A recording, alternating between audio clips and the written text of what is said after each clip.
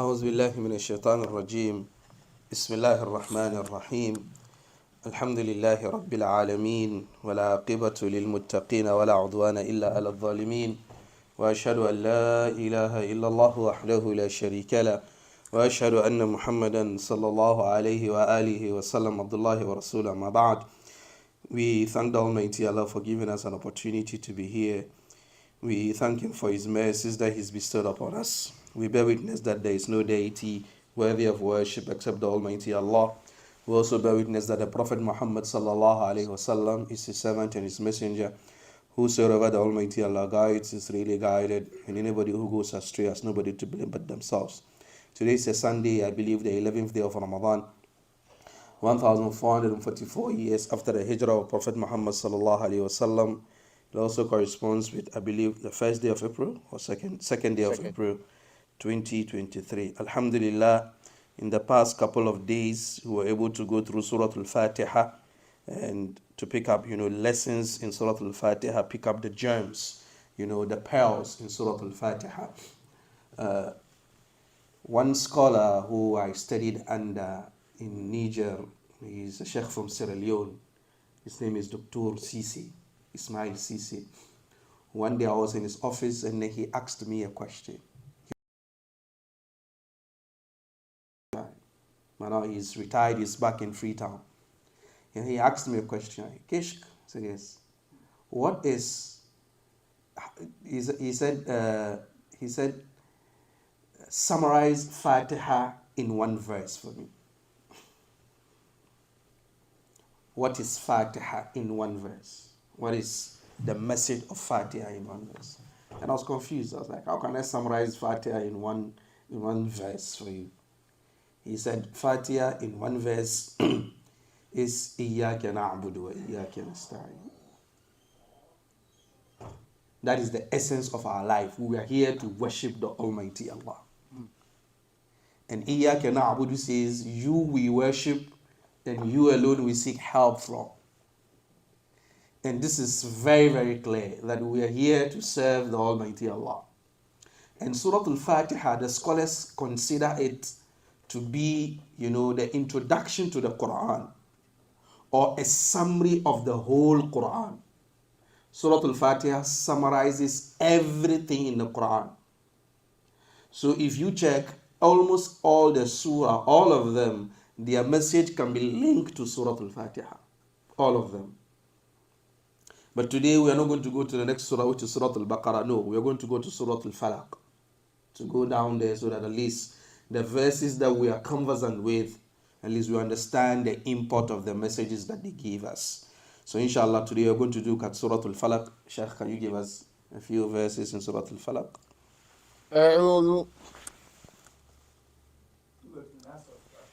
We'll start with Falaq first. Yes.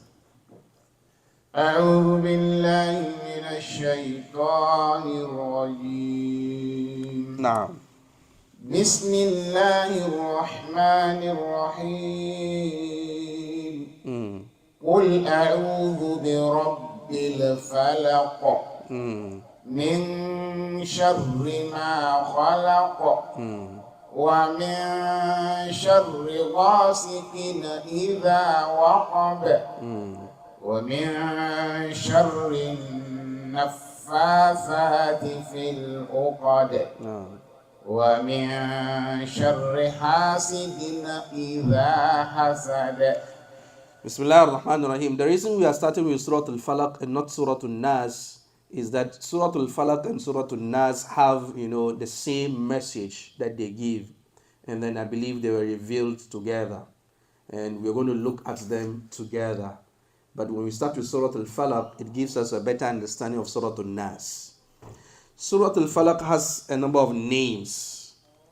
As we saw in Surah Al-Fatiha, we saw a couple of names for Fatiha. Surah Al-Falaq is called Surah Al-Falaq, as we say it. It is also called Surah Qul A'udhu bi Rabbil Falaq. You can say Surah Qul A'udhu bi Rabbil Falaq. And you can also say Al-Mu'awwidhataini. The meaning of Al-Mu'awwidhataini is the two, the two protectors, the two means of seeking protection. So Surah Al-Falaq and Surah Al-Nas together are Al-Mu'awwidhatayn, the two surahs that are used in seeking protection from the Almighty Allah. This verse or this surah has some, significance and importance. Aisha radiallahu anha narrates for us a hadith where Imam Bukhari narrates this hadith where Aisha said, أن رسول الله صلى الله عليه وسلم كان إذا اشتكى يقرأ على نفسه بالمعوذات وينفث فلما اشتد وجعه كنت أقرأ عليه وأمسح بيده رجاء بركته. She said, the Prophet Muhammad sallallahu alaihi wasallam, anytime he feels any pain, anytime he is not well, يقرأ على نفسه بالمعوذات وينفث. He reads on himself al-mu'awwidhat, which is برب الفلق and برب الناس, and then he blows into his hands and then he rubs his whole body with it. فلما اشتد وجعه, when his sickness, Prophet Muhammad, he died out of illness, when his sickness became so severe, I was the one who was reading, but then I'll blow it in his hands to wrap over his body because his hands are more barakah than mine. So part of the virtues of this surah is that if you are feeling unwell, you can read the surah in your hands, blow it, and then wipe over your body. If someone is also not feeling well, you can read the surah and then what? And then wipe over their body. Let's not forget in Surah Al-Fatiha, we also said that one day in the hadith of Abi Sa'id al-Khudri, where they were traveling, they got to a village, they wanted the people to give them lodge, but they refused. Then the chief of the village was stung by a scorpion. So they came to them asking if they have anybody who has any form of medicine to heal them. And one of them went and then he read Surah Al-Fatiha on the man, and the Almighty Allah what? Healed the man and then cured the man.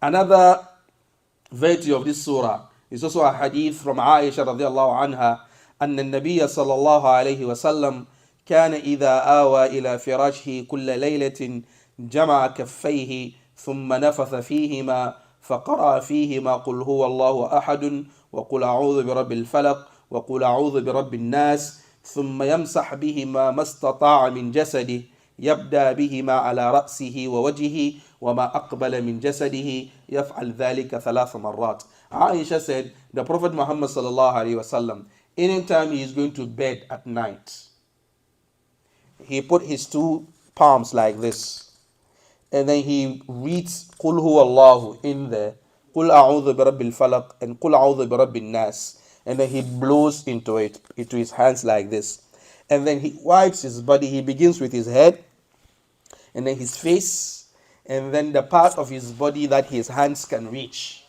He does this 3 times before he sleeps. Do you have to say them in any order?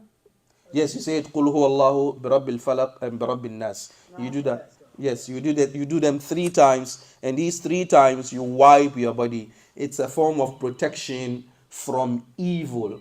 And this surah, we're going to speak about the kind of evils that are around for us, and which is very, very important for us to know them. There is the hadith of Uqbah ibn Amir. I think Imam Muslim narrates this hadith where the Prophet Muhammad sallallahu alaihi wasallam tells Uqbah ibn Amir, "Alam tara ayatin unzilat al-layla lam yura mithlahunna qat." This night, some verses were revealed to me. There is none like them. قُلْ أَعُوذُ بِرَبِّ الْفَلَقِ وَقُلْ أَعُوذُ بِرَبِّ النَّاسِ. These 2 surah are so profound and unique that there is nothing like them. Now, what's the reason why the Almighty Allah revealed this verse? Aisha radiallahu anha narrates to us that a man from the tribe of Bani Zariq called Labid ibn al-Asam, he did magic on the Prophet Muhammad sallallahu alaihi wasallam. This incident, the kuffar or the enemies of Islam say that if your prophet is a holy prophet and is from the Almighty Allah and he is really a messenger of the Almighty Allah, how come he is being afflicted with magic? That's a question they ask. And the response to that is that the Almighty Allah does whatever he wills. That is number 1. Number 2, the Prophet Muhammad sallallahu alaihi wasallam was sent as a teacher and a role model for us. So if things happen to him, we see that and then we learn from it. And then we take lessons from that. And the Prophet Muhammad sallallahu alaihi wasallam went through a lot of things, not because for his sake, but for us so that we learn. the Prophet Muhammad sallallahu alaihi wasallam went hungry, the Almighty Allah could have sent food for him directly from Jannah, same way he sent food to Maryam. And Maryam is not more important than the Prophet Muhammad sallallahu alaihi wasallam. But the Almighty Allah sent food for her. But the Prophet Muhammad sallallahu alaihi wasallam went through hunger. The Prophet Muhammad sallallahu alaihi wasallam went to war. He received a punch. His teeth got broken. So he went through all these physical and spiritual, struggles, not because of him, but so that you and I, when we come later, we will take a lot of lessons in there. Number one. Number two, we will be patient with what? With the decrees of the Almighty Allah. If the Prophet Muhammad sallallahu alaihi wasallam go through all this, Aisha said, we will live with the Prophet Muhammad sallallahu alaihi wasallam months after months after months, and fire has not been set in the house of the Prophet Muhammad sallallahu alaihi wasallam for us to cook food to eat. This is what Aisha says. In another narration, a man came to the Prophet Muhammad sallallahu alaihi wasallam and he accepted Islam. And the Prophet Muhammad sallallahu alaihi wasallam gave him a valley full of goats as a gift. The guy went back to his village and he was like, guys, go and accept Islam. Muhammad gives gifts as if he is not afraid of poverty. So all these contrasting, situations with the Prophet Muhammad sallallahu alaihi wasallam come back later that we become humble and then we accept the decree of the Almighty Allah. Even in our living with our wives and our spouses, the Prophet Muhammad sallallahu alaihi wasallam, sometimes he goes through tough times with his wives. Aisha and Hafsa team up, and the Salama and the other group also team up, and the Prophet Muhammad sallallahu alaihi wasallam is trying to mediate between them, and they are forming their own, all their machinations and then their tricks. And the Prophet Muhammad sallallahu alaihi wasallam will be furious. You go to the masjid to go and sleep, trying to avoid all the confusion in the house. You go to the masjid to go and sleep, and then Umar ibn Khattab will come into the house. He was like, why are you people giving the Prophet Muhammad sallallahu alaihi wasallam tough time? And then they will not even look at Umar as if he is even around there. Even the Prophet Muhammad sallallahu alaihi wasallam, they give him tough time. How much more you, Umar? So if the Prophet Muhammad sallallahu alaihi wasallam is receiving tough times with his wives, what about you and I? So the life of the Prophet Muhammad sallallahu alaihi wasallam is an emulation for us to emulate, to see it as a role model. لَقَدْ كَانَ لَكُمْ فِي رَسُولِ اللَّهِ أُسْوَةٌ حَسَنَةٌ. In the Prophet Muhammad sallallahu alaihi wasallam is a perfect example for us. So if the Prophet Muhammad sallallahu alaihi wasallam, the Almighty Allah it is not to say that the Almighty has not given him divine protection. He has divine protection. But then the Almighty Allah made him to go through some situations and conditions that are human. So that you and I, when we come now and then we look into the seerah of the Prophet Muhammad sallallahu alaihi wasallam, we see how he lived his life. Who will be what? Will be more patient when we go through some challenges and tough tests. So the Prophet Muhammad sallallahu alaihi wasallam, magic was done upon him, yes, so that you and I will come later and come out and learn. The guy who did the magic was called Labid ibn al-Asam.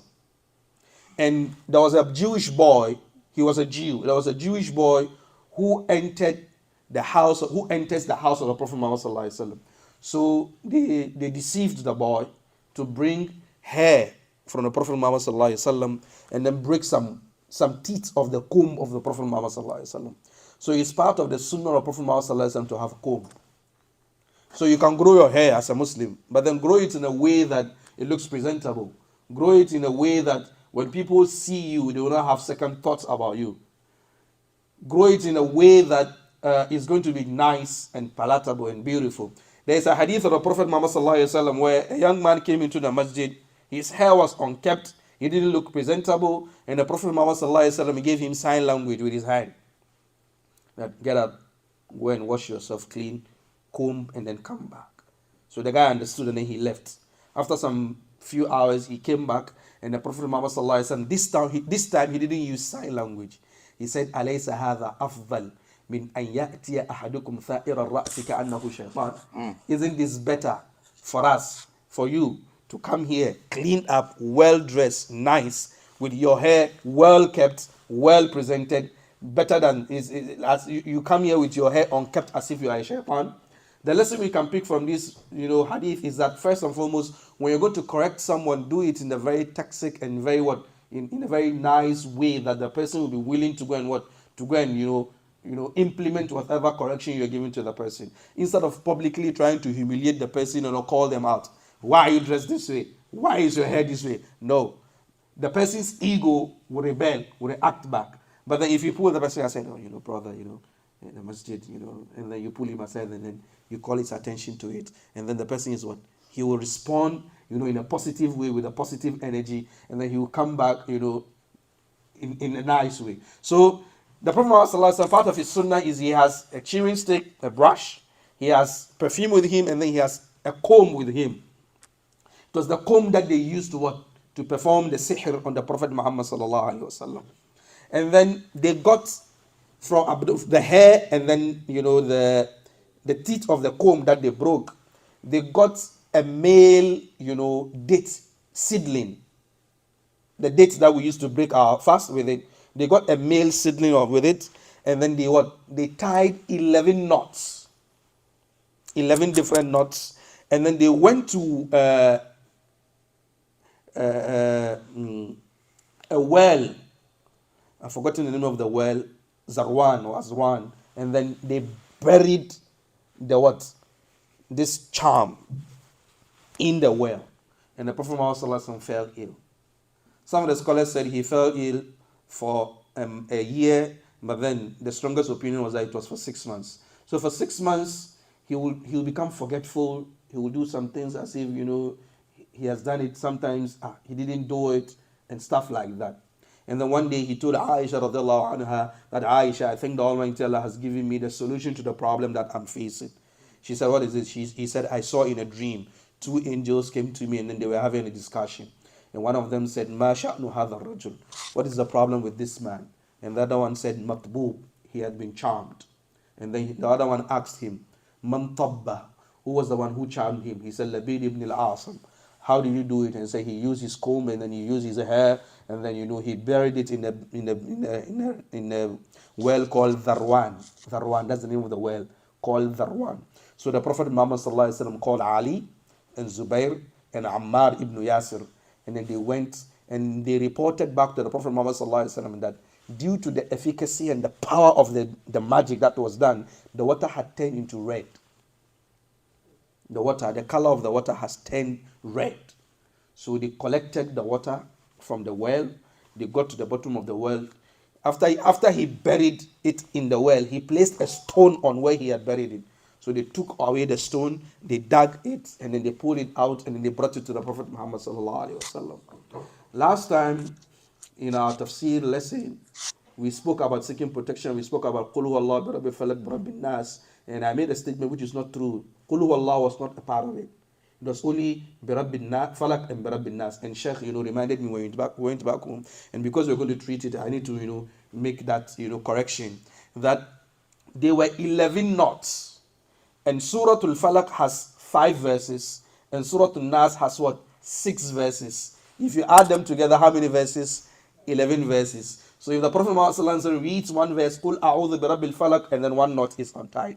Min sharri ma khalaq, another knot is untied, until he read all the verses and all the knots were untied, and then he felt normal, and then he went back to his normal day-to-day activities. Part of the lessons that we can pick from this is that the enemies of Islam will go to any length to do whatever they want to do.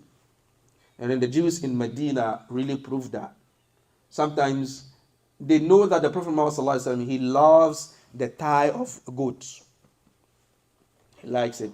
So part of the author is that they poisoned the thigh of the goats.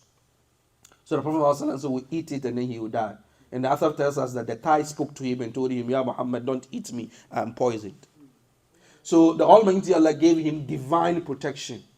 But then in this incident, because the Almighty Allah wants to send to us a message and a lesson in it, and then a Quran to be revealed with it, he made it to happen. And then this verse was revealed. Now, magic, what is the position of Islam when it comes to magic? And there's nothing like black magic or white magic. It's all magic. Sometimes these white people, they want to be smart, so they name theirs in a beautiful way. So this is white magic, and then yours is black magic. And then they think that, hey, yours is very, very evil. No, it's all evil. It's all evil. And the scholars have agreed that anybody who engages in this magic, the Sharia says, kill the person. That's the position of the Sharia on that. And killing a person is like cutting their head off. Darbun bisayf, cutting their head off. And when we say this, we are saying it because that is what our deen says. But that doesn't mean that we just go around Philadelphia looking for magicians and cutting their heads off. No, that is not our job. In the implementation of the Sharia, in the implementation of the laws, it is the leader, the recognized leader, and then the Sharia courts, we go through a court system. So you see, sometimes when people hear Sharia, all that comes into their mind is cutting off limbs and then flogging people. No. These are only the penal codes of the Sharia, the punishment side of the Sharia. But the Sharia has business law, the Sharia has dietary law, the Sharia has marital law, the Sharia has inheritance law. No system in the world has an inheritance law better than the Sharia. No system in the world. So, and the reason why the Sharia orders us that if someone is engaged in this magic to split up the community, to destroy people's lives, we need to get rid of the person out of the community because he's a danger to the community. Because, for example, if we are living in the community and you, the Almighty Allah, has blessed you, and then because of hatred or because of envy, I go somewhere and then some concoctions and some things are made and then you go mad. It is good to the community? No. It's not good to the community.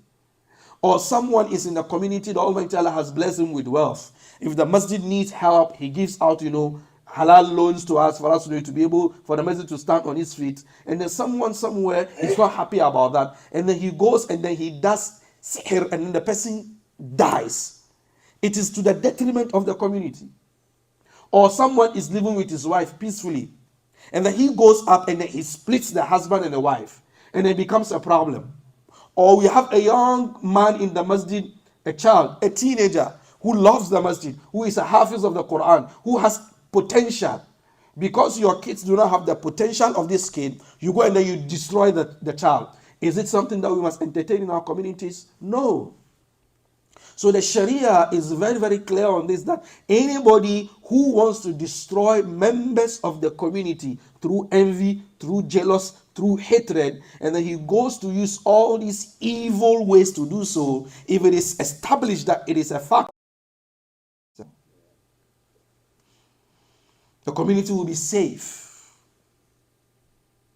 So we need to be very, very mindful of it. And then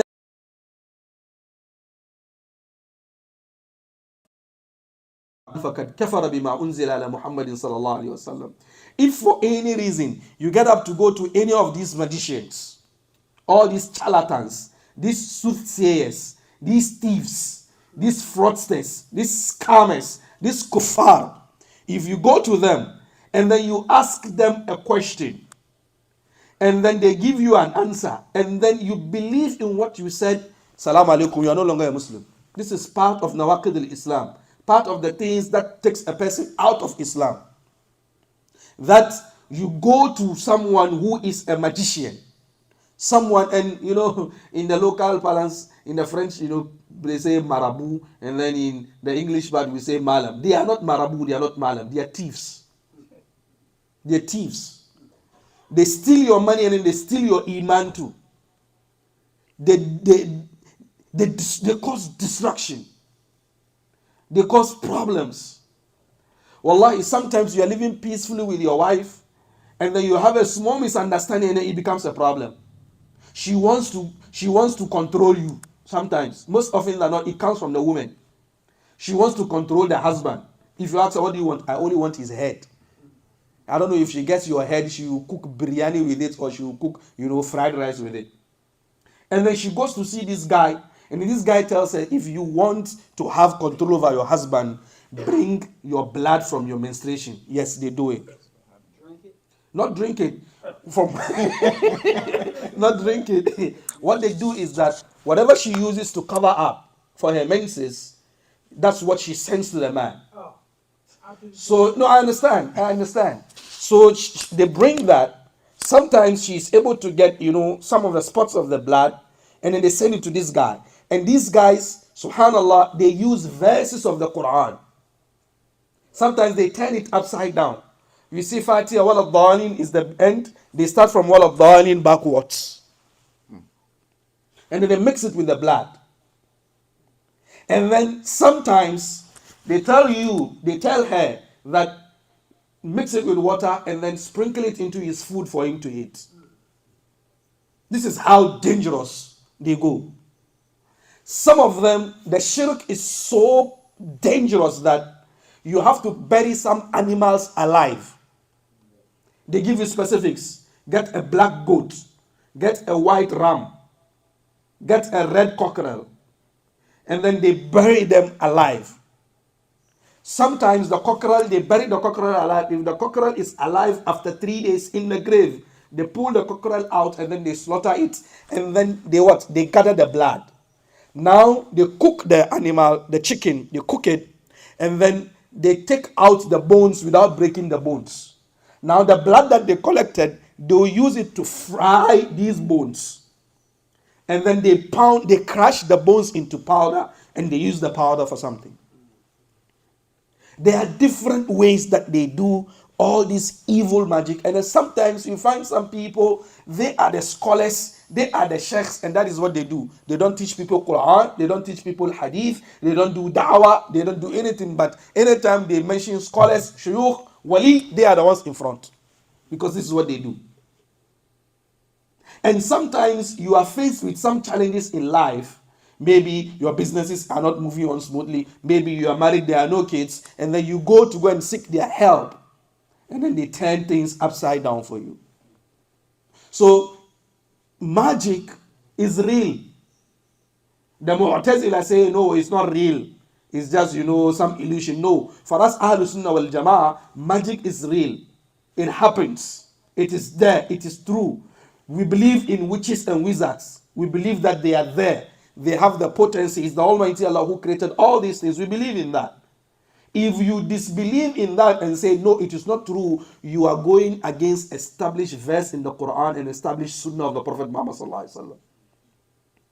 We believe that these things exist. And we believe that, yes, they have evil powers. We believe that. But then, وَمَا هُمْ بِضَارِّينَ بِهِ مِنْ أَحَدٍ إِلَّا بِإِذْنِ اللَّهِ. None of them has the power to hurt you or to do any evil to you except what the Almighty Allah has decreed. قُلْ لَنْ يُصِيبَنَا إِلَّا مَا كَتَبَ اللَّهُ لَنَا. Nothing is going to afflict us except what the Almighty Allah has decreed for us. Have this at the back of your mind. In as much as, yes, you believe, you know that, yes, these things exist. The evil jinns are there. The witches and the wizards are there. The people who have all these evil things are there. Yes, you believe that they are there. But they also have at the back of your mind that nothing is going to afflict you except the will of the Almighty Allah. Whatever good comes to you is by the virtue of the Almighty Allah. Whatever evil comes, it is through the Almighty Allah. Whatever comes your way, it is the Almighty Allah who has decreed it. Have this at the back of your mind and know Allah, you will be free. Never ever be disturbed by the action of a human being towards you. No. Never ever be someone who thinks that someone can harm you. But have the belief that, yes, the harm is there. But then have the belief that the Almighty Allah is going to protect you. So that is why at-tasha'um in Islam is not good. That some people, they are so superstitious that even one day we were sitting down with some friends, and then, a dog came passing. And the dog, stood in front of us and he was looking at one of us like this. And the dog looked left and it looked right. And then it went away. He said, there's something in this. All of us that were sitting, why is it that the dog came and looked at me alone? He didn't look at the rest of you. Someone has sent the dog. There is something. He said, nothing is going to happen to you. Nothing. Even if someone has sent the dog will go back. And there's this guy. He's a joker. He was in his home. We have compound houses in Africa where, he was in his apartment, and then a cock entered his porch. And then he caught the cock, and then he just slaughtered the cock, and then he cooked, and then he ate. And then he was asked why. He said, even if it was sent, it wouldn't go back with any results. He has eaten it. Even if it was sent, it would go out with any result. We said, but it doesn't belong to you. He said, no, someone sent the cock to come and harm me, and I've eaten the cock, and that's it. There's nothing that is going to happen today. So these things are real. Wallahi. We've seen people who have been destroyed. We grew up with people who had potential more than us, wallahi, in the deen. Our classmates, they were very knowledgeable than us. But then at the end of the day, as we were growing older, they were deteriorating. They were not into drugs. They were not into any bad boy life. But then all of a sudden, their lives gets turned for the worse.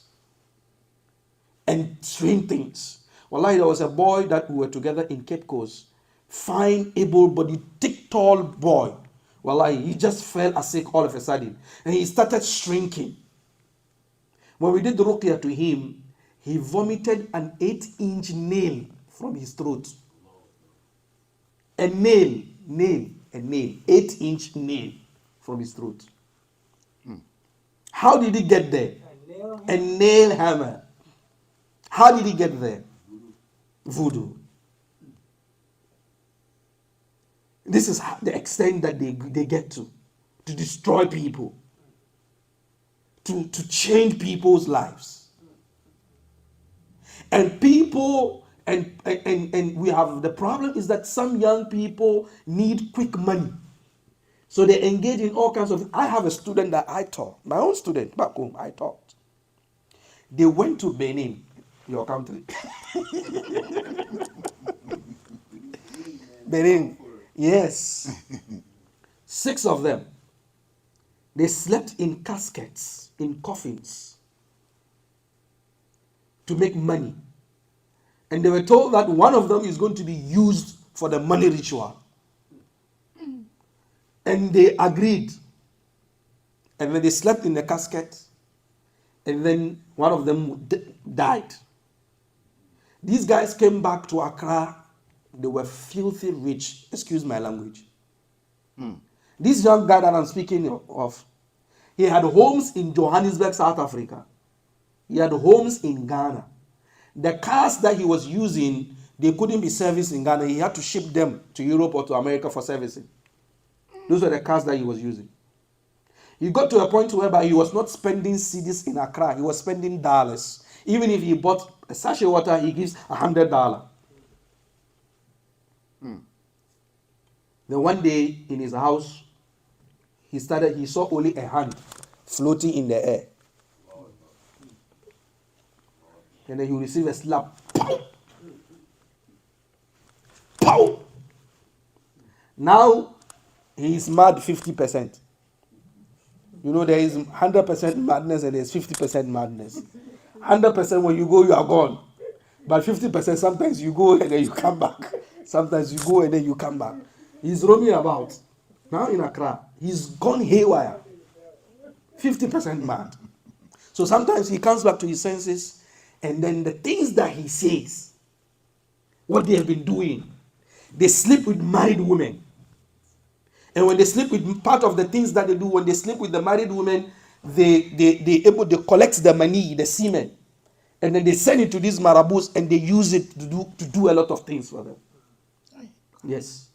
So if a married woman needs something, I need help. There's no free lunch. Money in a hand, back in the ground. Whatever you want, I give you.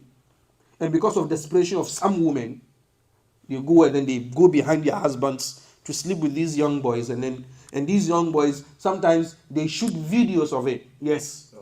They shoot videos of it. Yes, we've had the reports of that. We've seen some of the videos of married women who, young boys, these fraudsters, these scammers, use them to do these videos because they want to have all these goodies in this dunya. So it's a whole thing. There's a video I have which trends a lot, misconceptions about Islam. And then, the host asked me a question concerning, these people. I said, these people are not Muslims. And I even told the government that we've got to extend whereby in Ghana, these people come to television to come and advertise on TV. And recently, one of them was exposed. He came to television and then he told them how powerful he was. That if you need any help, he's going to give you help and stuff like that. So the hostess asked him to give out his telephone number. And then he gave the telephone number in English, 02 so and so and so and so. And the hostess said, no. I want you to give the number in Arabic, since you are a sheikh. And then he gave the numbers in Hausa language. He said, there, you. And she said, no. I know Hausa. This is Hausa. Give the number in what? In Arabic. He said, Alif, Baun, Taun, Sound.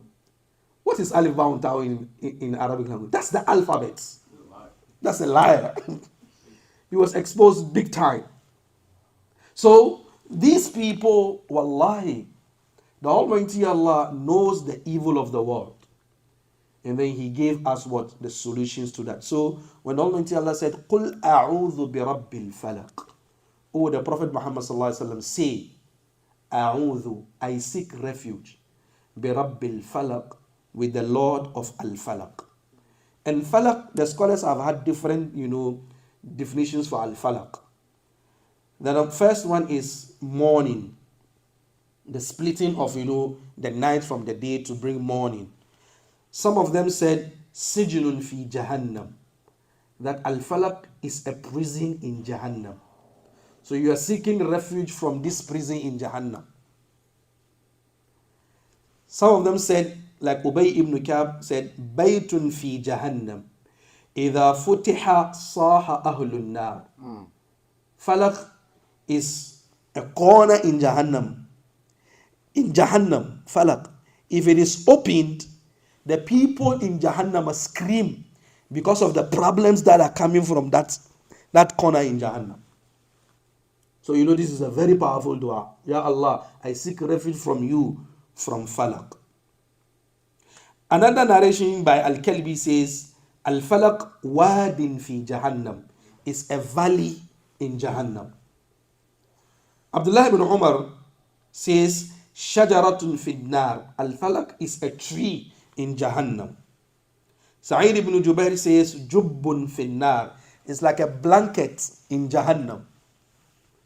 So when you say Qul a'udhu bi rabbil falaq, you are saying, Ya Allah, I seek refuge, protect me from a prison in Jahannam, from a house in Jahannam that when it is opened, the people of Jahannam themselves realize that the temperature has been increased.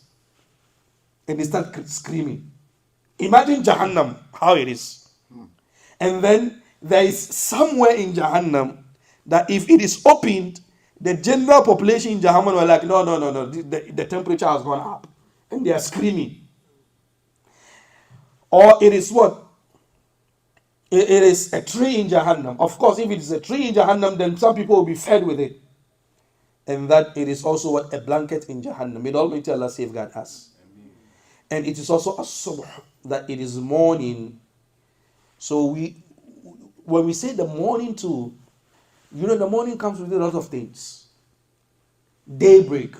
Someone slept at night, he's thinking about how to hurt you. It's very important. Someone slept with you in heart at night. So in the morning he wakes up and he's calling on you, man, Ahmed, today I'm going to show you, man. So, Qul a'udhu bi rabbil falaq, oh Allah, I seek refuge from you, from the evils that the morning comes with. The difficulties that the morning is going to come with. The evil challenges that the morning is going to come with. The problems that morning is going to come with. Whether physical or spiritual. Ya Allah, protect me from the challenges of the morning. And don't forget, the last time we said that every morning, right after Fajr, read Qul Huwallahu 3 times, Bi Rabbil Falaq 3 times, and Bi Rabbin Nas 3 times. And then right after Maghrib, read Qul Huwallahu 3 times, Bi Rabbil Falaq 3 times, and Bi Rabbin Nas 3 times. So if you do this, this is the explanation that you have for that. This is the explanation. You early morning, Ya Allah, I seek refuge from you. From what? From the problems of the morning. Sometimes you wake up in the morning, everything fine. And then health complications set in. Sometimes you wake up in the morning, everything fine, and then you get some bad news. Sometimes you wake up in the morning, everything is okay, and then something just happens. Sometimes you wake up in the morning, everything fine. Like yesterday, everything was fine. If you pass the Cop Creek yesterday, the wind that came with, it uprooted a tree. Imagine someone driving and the tree was coming. The Almighty Allah protects us from all these things. But you need to have the iman, and then you need to what? You need to work for it. So, قُلْ أَعُوذُ بِرَبِّ الْفَلَقِ. Oh Allah, I seek your refuge from what? From al-falaq, which we've already explained. Min sharri ma khalaq. من شر ما خلق. From the evil of your creation. From the evil of the creation. Wallahi, there is evil around. There is evil around. You remember before Ramadan, there was a young man who we pray with here. I think he prayed Isha with us. He went and then he was shot dead. Yes, in this masjid. Yes, you remember Ahmed? Yes, he was shot. So there is evil around. And these verses that Almighty Allah has given us, it is not only for spiritual protection, it's also for physical protection. Almighty Allah is going to protect you. If He protects you spiritually, will He leave you physically? No. So, min sharri ma khalaq, from the evil of creation. And the creation here could be anything. It could be human beings, it could be dogs, it could be cats, it could be anything. Seek refuge from the evil of what? Of creation. That is why don't forget the Prophet Muhammad ﷺ said, the day a wife is brought to you, after you do those 2 rak'ah, you hold her head, and then you do dua, right? Yeah. Yes. وَأَعُوذُ بِاللَّهِ مِنْ شَرِّ مَا خُلِقْتِ وَمِنْ شَرِّ مَا. I seek the refuge of the Almighty, because I have only one wife, so I did it only once, so I can't remember it. So you hold her head, and then you say, Ya Allah, I ask you of every good that is in this wife, and every good that you created her with. And I seek refuge from you, from her evil, and whatever evil you created her with. You hold her head and then you do that dua. It's the sunnah of Prophet Muhammad sallallahu alaihi wasallam. So even with your wife, and the sisters don't say, hey, this is discriminating. Even with your husband, you seek the Almighty Allah's refuge from his evil. Because we are all human beings. We have positive, we have negative. Some men, they come home, they are like lions. Everybody is quiet. The moment they say, Salamu alaikum, the one who is in the living room rushes to the bedroom, he's going to sleep. The one who is in the bedroom just falls from the bed and then he sleeps under the bed. There are some men like that. If they are outside, they are nice with everybody. Oh, mashallah, alhamdulillah. But they go home, they are lions. Their children are not, they are not safe. Their children are not, they don't have peace in the house. When daddy is coming, it is, high blood pressure in the house. Yes, there are some men, when they are going home, it's high blood pressure in the house. The family is like, hey, Shaitan is coming back. Yes. And there are some men here too, when they are going home, they are having heart attack because they are going back to trouble in the house. So he closes from work, he's going home, he's driving by, he's thinking, hey, tonight, what is she going to bring again? What problem is she going to bring again tonight? It goes both ways. So min sharri ma khalaq, that seek refuge from the Almighty Allah from the evil of what? Of creation. Sheikh, let's go to the next verse. وَمِن شَرِّ غَاسِقٍ إِذَا وَقَبَ. And then seek refuge from the Almighty Allah for the evil of darkness when it spreads. At night, seek refuge from the Almighty Allah, because when the night sets in, this is when the jinns come out to come and operate. That is why it's part of the sunnah of Prophet Muhammad sallallahu alaihi wasallam that kids, you don't let them out when it is Maghrib. They can come out after Maghrib, because that is the time that the jinns start moving. They start moving. So you keep the kids indoors. Those who are not at the age of puberty, you keep them indoors to protect them from the evil of the jinns. And then understand one thing, as young men, there's nothing like we are going out for the night life. Islam doesn't know that. That is where evil jinns attack you. That is where, you see all kinds of things, and then you come out and you're like, oh no, man, and then your life is all messed up. And then you think that, no, sometimes some of these things happen. The night is for you to rest. The day is for you to go out and go and hustle. After Isha, if you don't have any business, go home. But then some young people know, yeah, I'm going out for the night. 12 a.m. he's going out. What are you going to? Are you a security officer? It's the security people who take care of us at night. But you are not a security officer. You are just going out there at night. You're just going to chill. No. I'm not saying it's haram. That's not what I'm saying. But I'm saying that you should have priorities in life. As a young man, have priorities in life. Because you know why? You get to an age where after 9 p.m. when they tell you go out, you won't go out. You won't. Because you have a lot of things in your head. So, min sharri ghasiqin idha waqab. Be mindful of the night. Because in the night, a lot of things happen. A lot of things happen. Crimes happen at night. You know, these jinns move around at night and all these things. So seek the refuge of the Almighty Allah from the evils of the night. Let's go, Shaykhana. ومن شر النفاثات في العقد. This verse summarizes what we've been discussing for the past hour, which is you seek refuge from the Almighty Allah from the evil of the blowers who blow into talismans. They blow. And then look at one thing. It said an-naffathat. It uses the female. It's the female that you use it. It doesn't mean it's only specific for women. It's specific for all of us. But then the women engage into this more. Sheikh Kabir Gombe of Nigeria, when he was discussing this, gave us a story, a real story. That there was a woman who went to Hajj, but she couldn't see the Kaaba. Did you hear what I said? She went to Mecca, but she didn't see the Kaaba.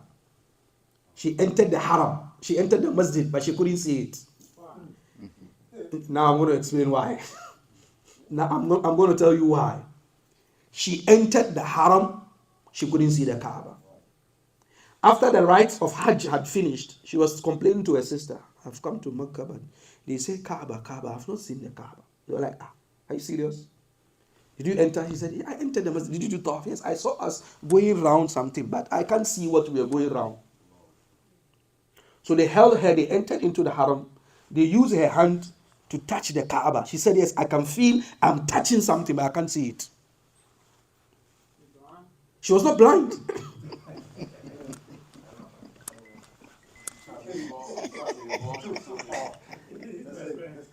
She said, I can feel I'm touching something, but I can't see it. And they were like, then there's a problem with you.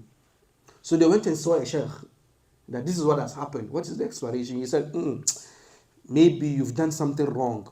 So severe. That is why the Almighty Allah refused you seeing his house. And then she was like, as for the sins, there are plenty. I've done a lot of things. He said, okay, tell me one of them. She said, my husband got married to a second wife. And me, the elderly one, I had only daughters. And the second one came and then she was giving birth to sons. And I started jealous. Further. Further. That same subject you're talking about, the woman, she went to the Kaaba and she touched him. She might not have been blind. She might have heard Allah making Yes. and Yes. sleep, because she's no good. Jazakallah khairan. Thank you. Alaikum salam. So she said that I started feeling, this one has, she has males and I have females. She's taking over the house. Yes. So she went to see some of these guys. And they asked her, what do you want? She said, I want this second wife and her kids to vanish from the surface of the earth. Vanish. And then he told her, this is a very expensive job. She said, don't worry, we have money. So, okay, no problem. And then he formulated a talisman for her. And then he told her to get a fresh corpse, a dead body, fresh dead body. And then put the talisman in the mouth of the dead body. When the dead body is buried, when you bury someone, do you ever ask of them again? When someone dies and then you bury them, you come to the person and say, where is so and so? No. Same way, when the person is buried, no one is asked about her. This wife and her kids, they will vanish and nobody is going to ask about her. She took the talisman. When she got to her home, she had reported that a neighbor had died that night, and then they are going to bury her in the morning. So she went to the family, and then she told them that, she's my neighbor and I love her. I want to sit next to her. Last scene, parting ways. So we're like, hey, you want to sit with the dead body throughout the night? She said, yes, I love her. What can I do? I said, okay, no problem. They had already dressed that body, prepared it up. She opened the coffin, the shroud. She opened the mouth of the dead body. And then she put in the talisman. When she put in the talisman itself came out. She took it and then put it back again. It flew out. She took it and then she put it back in the third time, and then she shut the mouth out, and then she pressed it. And then she wrapped the body, and then she went back to sleep. She herself is saying this. This happened in Nigeria. In the morning, they went and then they buried this woman. And then before they came back from the cemetery, this second wife and her kids were nowhere to be found. She said that even her husband, because they all live in the same home, the husband has not been able to ask her, where is my wife and my kids? Even this second wife, her own mother, has not asked, where is my wife and my kids? Where is my daughter and my grandkids? So seek the help of the Almighty Allah from the evil of these people. You are living your life without thinking of anybody, but someone is out there thinking of how to destroy you. Sheikh Anna, let's read the last verse. وَمِن شَرِّ حَاسِدٍ إِذَا حَسَدَ. Talk. This is also another issue. Seek help from the Almighty Allah from the evil of the person who is envious and jealous of you.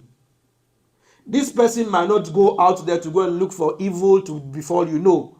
But then only even living with you, Almighty Allah has given you something that he doesn't have, and then he's just looking at you in a way. Seek this thing, help from the Almighty Allah against the person. Bakr ibn Abdullah narrates to us a story that a king had some cabinet members. Like his own chief here, he has cabinet. I'm part of his cabinet. And there's one of these cabinet members who, anytime he comes to the palace, he says, Chief, may the Almighty Allah bless you. May he protect you. Anybody who is good, reward him with good. But anybody who is evil, forget about him. His evil will clear him off. So the chief liked this guy. He liked him a lot because of this dua. Not knowing there was one other guy, one of the retainers, who was envious of this guy. So he went to the chief one day and said, Chief, I see that you like Mr. A. If you don't know what he has been saying about you, that is why you like him. He goes out public to say, you the chief, you have a bad smell. You have mouth odor. Your mouth smells. And the chief was like, what? He said, yes. And he said, Chief, if you want, investigate this matter and see. I'm telling the truth. It's okay, no problem. Okay? And then he went to this guy and said, oh, we've been together, you don't know my house, come to my house, let's eat and stuff like that. And then he put garlic in what? In the food. So this guy ate garlic. So his mouth had what? The scent of garlic. So when they went back to the palace, normally he goes near the king. But because of the scent of the garlic, he didn't want to disturb the king. He didn't go what? He didn't go next to the king. So the king was like, why didn't he come close to me today? So the king called him to have what? A tete-a-tete, as the French say, a tete-a-tete with him. So when he got closer to the king, because he didn't want the king to smell the bad breath, what did he do? He closed his mouth like this. So that when he's speaking, the king will know what? Get the scent of what? Of the garlic. But if I come closer to you and I'm speaking to you and I do this, what does it mean? Your breath smells. And the king was very furious. Oh, so it is true. This guy, he really means that I have bad breath. Okay, no problem. So the king called for a pen and paper to write something. And the king, when he calls for a pen and paper, he is going to reward you. So this guy was standing afar and he saw that the king has written a note to give to this guy. That, okay, take this note send it to one of my army generals at this place. So he took it, and this guy met him. He's like, what happened? He said, the king gave me a letter to give to this guy. He said, I should take it right now. He said, no, don't worry, I'll take it. I'll take it. Because he knows that it is a gift. So he goes, whatever gift that he received, he just places it there and then he takes it. So he told him, no, the chief said, I should take it myself. He said, how will you know you took it or you are not the one who took it? If I take it there, whatever report, I'll come and give it to you, and then you go and give the king the report. It's okay, no problem. So he took it to the army general. When he got there, the army general opened the letter, and then he told his subordinates, arrest him. And he was like, arrest what? Give me the money and let's go. He said, no. The letter says, إِذَا أَتَاكَ حَامِلُ كِتَابِي هَذَا فَاذْبَحَهُ. The person who brings this letter, slaughter him. And then he said, Billahi lazi la ilaha illa huwa. It is not my letter. He said, but the letter didn't mention anybody's name. It said, whoever brings it, who brought it? You. I said, okay. They killed him. They cut him into pieces. That's what the king said. And they put it in a barrel and then they sent it to the king. Who they killed? The ones, Yes, the Muraviki. Yes. So the king, when he opened the barrel, he saw the head of this guy, not the guy that he had sent. He was like, what? So in the morning, he called the other guy. And the guy was waiting for this guy to bring the response. And the response was not coming. And then he heard that the king had summoned him, so he was scared. So he went, and then the king asked him, what happened? I sent you with a letter. Did you go? He said, when I was leaving, so and so said that I should give him the letter to take because, I don't know the way and then he knows the way, and whatever report he said he's come to give it to me, I'll give it to you. So he took the letter. He said, okay, I heard that you said I have a bad smell, bad scent, bad breath. And then he said, Chief, this is even the first time I'm hearing that someone said you have a bad breath. I've never even heard it. He said, okay, why is it that yesterday when I called you, you covered it? He said, no, I went to eat garlic. And I didn't want you to throw up in public because I know you don't like the scent of garlic. That is why I covered my mouth. He said, okay, who told you that I don't like the bar? He said, oh, this guy told me. And then he is the one who even gave me the food with garlic to eat in there. He said, okay. He opened the bar and said, this is his head. You see the letter that I gave you, you were supposed to be killed. Because he came to me to tell me that you said I have a bad breath. But because you didn't have that intention, Almighty Allah saved you. Min sharri hasidin idha hasad. From the evil of the envious person, of the jealous person, anytime he's what? He is full of jealousy. My brothers and sisters, wallahi, never ever be jealous of the ni'mah that the Almighty Allah has given somebody. Wallahi. Always look to yourself, to what the Almighty Allah has given you in the dunya. If it is ibadah, look at those who are ahead of you, so that you copy them. But if it is in the dunya, always look at those who are below you, so that you appreciate what the Almighty Allah has given you. In the dunya, if you always look at those who are above you, you will never be appreciative of the ni'mah that the Almighty Allah has given you. Maybe you have something more worthful, more worthy than the other person. But because it is not for you, you are not happy. I can tell you for a fact. Wallahi, some people, it happened to me. I came to US, I bought some things, some t-shirts and some jeans, and then I gave it to some guys. Some $20 jeans, and gave it to some guys. A guy who was wearing some $200 jeans was not happy. I asked him why. He said, this is from America. The $20 jeans is from America. And this one, he bought it in Africa.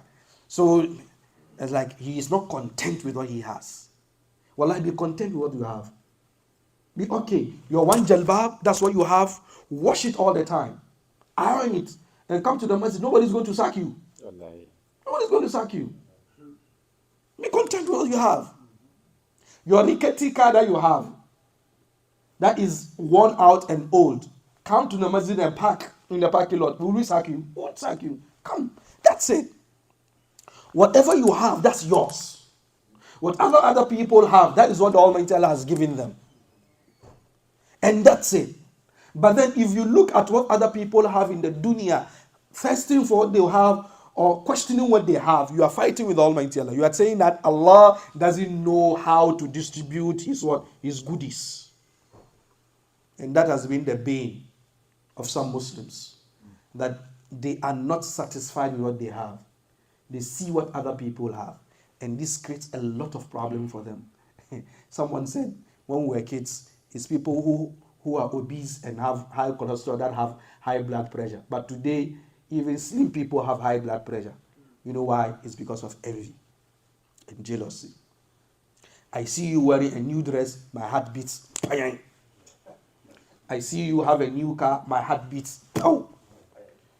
I see you, just looking handsome on Friday. You come to the masjid and you are smelling good, and then my heart is beating. By the time you realize, one boom, and that's it. You are gone. Hey, my heart, my heart, my heart. It is not through any cholesterol or any obesity or anything. It's through envy and jealousy. So seek refuge from the Almighty Allah. From what? From the evil of the jealous person. Whenever he plans his jealousy. وآخر دعوانا أن الحمد لله رب العالمين والسلام عليكم.